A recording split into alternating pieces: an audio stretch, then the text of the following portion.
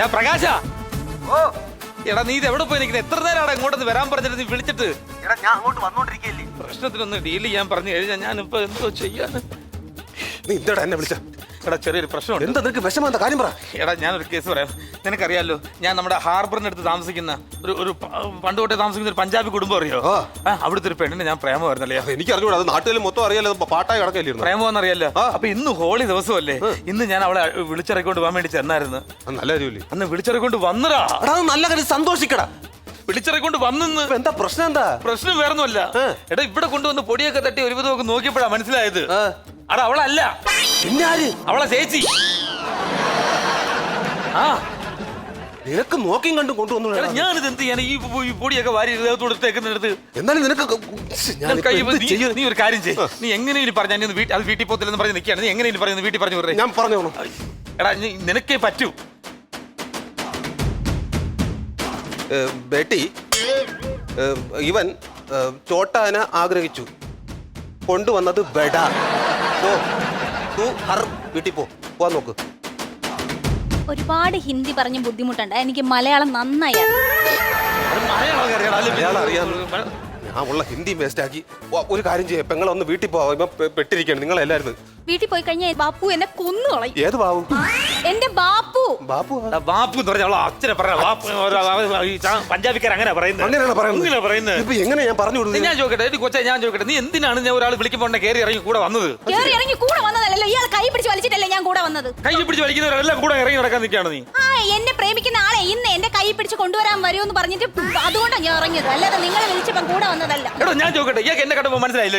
എന്നെ കണ്ടപ്പോ മനസ്സിലായിരുന്നോടാ? ഈ കുറച്ച് ഞാനങ്ങനെ എനിക്ക് മനസ്സിലായില്ല. ചാടിക്കറി വരുവാണിത്. നിങ്ങൾ പ്രശ്നം ഉണ്ടാക്കല്ലേ. എന്തായാലും ഈ പെണ്ണിനെ വിളിക്കാനായിട്ട് ഒരാൾ അവിടെ വന്ന് കാണൂലേ. നിന്റെ പെണ്ണിനെ കൊണ്ട് അങ്ങേരി പോയി കാണൂലേ. ആ പകരം നീ ഈ പെണ്ണിനെ നിന്നെ വിളിക്കാൻ വന്നവൻ എന്റെ പെണ്ണോട്ട് കൊണ്ട് പോയോ? എനിക്കെങ്ങനെ അറിയാം? എനിക്കെങ്ങനെ അറിയാമെന്നാ? അവനെ നോക്കട്ടെ, ഒന്ന് നോക്കിയെങ്കിൽ വേറെ കേസ്. അവന്റെ നമ്പർ അറിയോ? അവന്റെ നമ്പർ അറിയോ? അറിയാം. അവന്റെ നമ്പർ പറ. 89452121 നമ്പറൊക്കെ കാണാപ്പാടല്ലേ? 8 വർഷമായിട്ടുള്ള പ്രേമ. ഹലോ ഹലോ, അവന്റെ പേരെന്താ പറഞ്ഞേ? ഗോപാലൻ. ഗോപാലൻ ഒരുപാടുണ്ടെന്നല്ലേ പേര്? കൺഫ്യൂഷൻ. എടാ ഗോപാലണ്ണ, അണ്ണ നിങ്ങളിപ്പോ ഒരു പെണ്ണിൽ എവിടെ ഇരിക്കുന്നത്? ഞാനിപ്പോ പള്ളിയിൽ കുമ്പസരിച്ചോണ്ടിരിക്കുവാ. ഞാൻ ഗോപാലണ്ണ അങ്കവും പോരൊന്നും പറയാതണ്ണ. എനിക്കറിയാം അണ്ണ, നിങ്ങളൊരു പഞ്ചാബി പെണ്ണോട്ട് മുങ്ങിയില്ലേ? അത് നീ അങ്ങനെ അറിഞ്ഞു? അതൊക്കെ ഞാൻ അറിഞ്ഞു. നിങ്ങളൊരു കാര്യം ചെയ്യ്, കയ്യിൽ കുപ്പിയും വെള്ളം ഇരിപ്പുണ്ടോ? കുപ്പിയും വെള്ളം ഉണ്ട്. ഉണ്ടോ? ആ കൂടെ നിൽക്കുന്ന പെണ്ണിന്റെ മുഖം ഒന്ന് കഴുകി നോക്ക്. ഒരു മിനിറ്റ്. ആ ഹലോ. ആ അതേ കഴിയപ്പോഴേ ഓരോ കളർ മാറുന്നതിനനുസരിച്ച് പെണ്ണിന്റെ പ്രായം കുറഞ്ഞോണ്ടിരിക്കുവാ. പ്രായം കുറയുന്നോ? എടോ അത് ഞാൻ സ്നേഹിച്ച പെണ്ണാ. നിങ്ങൾ സ്നേഹിച്ച പെണ്ണിനെയാണ് ഞാൻ വിളിച്ചോണ്ട് വന്നത്. അതിനെ ഞാൻ മര്യാദയ്ക്ക് കൊണ്ടുപോവാ. ഞാൻ നിങ്ങളുടെ പെണ്ണിന്റെ കൊടുക്കാം. മര്യാദയ്ക്ക് കൊണ്ടേ കൊച്ചിനെ കൊണ്ടുവരാൻ പറ. വിളിച്ചു പറ. ഗോപാലണ്ണ, അബദ്ധം പറ്റിപ്പോയി. ഇവൻ കയ്യിൽ പിടിച്ച് വലിച്ചോണ്ട് വന്നപ്പോ ഞാൻ ഇങ്ങ് വന്ന്. നീ പേടിക്കണ്ട, ഞാനിപ്പോ വരാം. ഞാൻ അങ്ങോട്ട് വരാം. നീ അഡ്രസ് പറഞ്ഞതാ? പറഞ്ഞുതരാം, ഞാൻ അയാളെ കൊടുക്കാം. ഇതാണോ? ഹലോ, അഡ്രസ് പറഞ്ഞോ? അഡ്രസ് കുന്നുംപുറ ജംഗ്ഷനിൽ വന്നിട്ട് ഏത് ഓട്ടോക്കാരത്ത് ചോദിച്ചാൽ മതി. പ്രവീണിന്റെ വീട്. പെട്ടെന്ന് വരണേ. അവൻ വരും. അവൻ വന്നിട്ട് കെട്ടിയെടുത്തോണ്ട് പോകും. എന്തായാലും ഇവിടെ കൂടെ മിക്കാറ് ആൾക്കാർ വല്ലതും വരും. പഞ്ചാബികളെല്ലാം ഇവിടെ നിന്ന് കൂട് പറഞ്ഞ് വരും. ഒരു ലോറി വരുന്നു. അതുമല്ല കാണാനും കൊണ്ട് പോണേ. അല്ലടാ, കുറെ തലപ്പാക്കെട്ടുള്ള ആൾക്കാരും ഉണ്ട് അതിനകത്ത്. പഞ്ചാബികളാണെന്ന് തോന്നുന്നു കേട്ടോ. പഞ്ചാബികളാണ് അതിനകത്ത് ഇരിക്കണത്.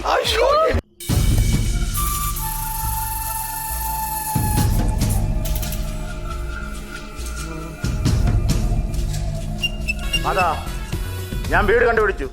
നമുക്ക് ഇനി അവളെ വേണ്ട. അവന്റെ തല അതും കൊണ്ടേ ഞാൻ അവിടെ വരൂ. ഓക്കെ? തല കച്ചവടക്കാരെ കണ്ടാണെന്ന് തോന്നുന്നു. ഈ സൈഡ് മാറ്റൂ. എന്റെ ബാപ്പു ആണത്. നിങ്ങൾ ഇതാണോ പറഞ്ഞ ബാബു? ഇതാ എന്റെ ബാപ്പു. നീ ഇങ്ങോട്ട് മാറിയിക്ക്. ഞങ്ങളുടെ പഞ്ചാബിക്കാർക്കൊരു സ്വഭാവമുണ്ട്. ചതിയും വഞ്ചനയും ഞങ്ങൾ വെച്ചു പൊറപ്പിക്കത്തില്ല. ഞാൻ പൊറപ്പിക്കാൻ കൊണ്ടുവന്നേ അല്ല ഇതിനെ. സത്യമായിട്ടോ ഞാൻ അങ്ങനെ കൊണ്ടുവന്നേ അല്ല. നിന്നെ ഇന്നലെ അല്ല ഞാൻ കാണാൻ തുടങ്ങിയത്. ഇത്രയും ഹോളി ബഹളത്തിന്റെ ഇടയ്ക്ക് ഇവിടെ കൈയും പിടിച്ച് ഓടിയ സീൻ എന്റെ CCTV ക്യാമറയിൽ പതിഞ്ഞിട്ടുണ്ട്. പഞ്ചാബിയാണെന്ന് പറഞ്ഞിട്ട് എന്ത് കാര്യം? TV വരെ CCക്കാണ് എടുത്തത്.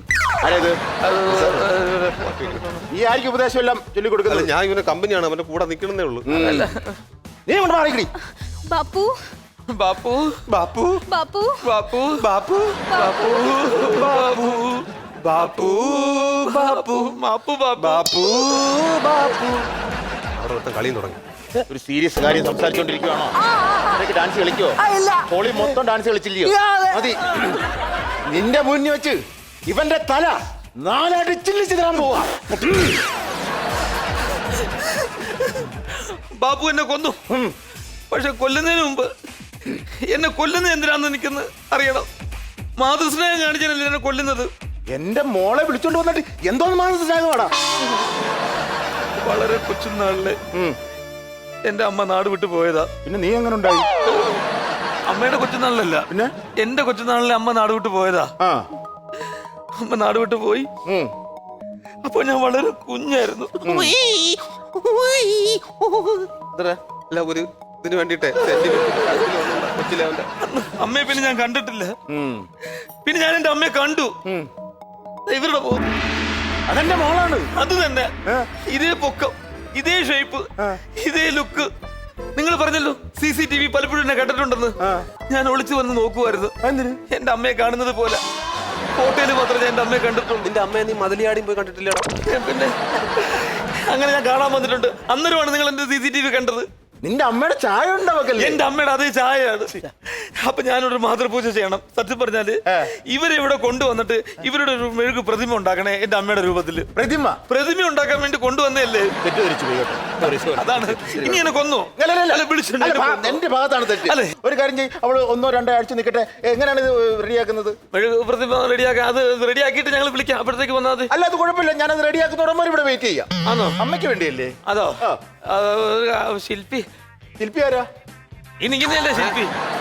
പിന്നെ ഇത്രയും പ്രതിമ ഉണ്ടാക്കിയതാ ഇല്ലേടാ? ഉണ്ടാക്കുന്ന ആളാണല്ലേ? ഞാൻ കുറെ ഉണ്ടാക്കിയിട്ടുണ്ട്.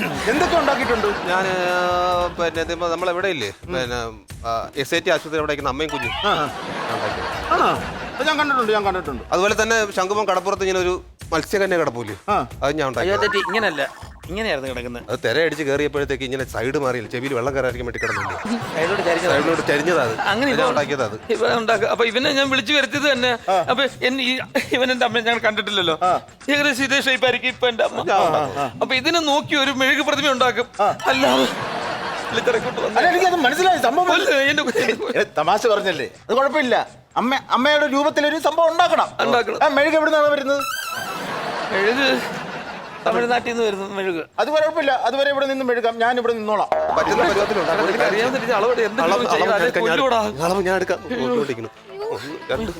അഡ്ജസ്റ്റ് ചെയ്യണേ. 2, 3, 4 ഒന്ന് മനസ്സിൽ കുറിച്ചെങ്കിലും ഇടറാ. ഇതിന്റെ അളവ് അളവ് കുറിച്ചിടാ. 4 ഇഞ്ച് പൊക്കോ. അല്ല, ഞാൻ പറയുന്നത് ഒരുപാട് സമയം എടുക്കും. വേണേ കൊണ്ടുപോയി. പിന്നെ രസം മതി. കുഴപ്പമില്ല. എന്താണ് പേരെന്താണ്? എന്റെ പേര് സത്യസിംഗൻ പ്രകാശൻ. കുഴപ്പമില്ല. ഒരു ഒന്നും പേടിക്കണ്ട. കുഴപ്പമില്ല. പേടിക്കണ്ട. ബാബ പറഞ്ഞില്ലേ അളവെടുത്തോ? അളവെടുത്ത് ഇനിയിപ്പൊ നമ്മൾ എന്തോ ചെയ്യൂടാ.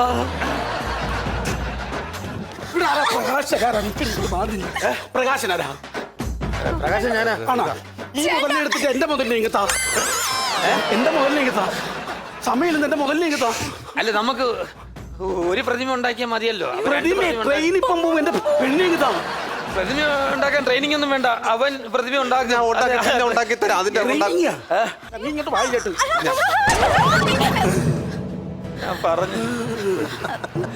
പറഞ്ഞ് സത്യസന്ധമായിട്ട് കാര്യം പറയാം. ഒന്നും പറയണ്ട. ഇനി ബാക്കി കഥ ഞാൻ അങ്ങോട്ട് പറയാം. വർഷങ്ങൾക്ക് മുമ്പ് നിന്റെ അമ്മ നാട് വിട്ടു പോകുന്ന സമയത്ത് അമ്മയുടെ കയ്യിൽ ഒരു പെൺ കുഞ്ഞുണ്ടായിരുന്നു. അതുള്ളത് തന്നെ. എങ്ങനെ അറിയരുത്? ചുമ്മാതല്ല ചപ്പാത്തി കഴിക്കുന്നത്. കിഴങ്ങേറിയും കുട്ടി. അത് തന്നെ. ഇപ്പൊ ഏകദേശം അതിന് 19-20 വയസ്സായി കാണും. അതെ. അന്ന് അമ്മ പോയതിനു ശേഷം ആ അനിയത്തിക്ക് അത്രയും പൈസ ഉണ്ടാവും. അയ്യോ, ഇതെങ്ങനെ? എനിക്കറിയാം. അതിന്റെ ഷേപ്പ് എന്റെ ഇളയമോടെ കൂട്ടല്ലേ. അതെ. അപ്പൊ അവിടെ ഒരു മെഴുകുപത്തി പ്രതിമ ഉണ്ടാക്കാനല്ലേ അവളെ കൊണ്ടുവന്നത്.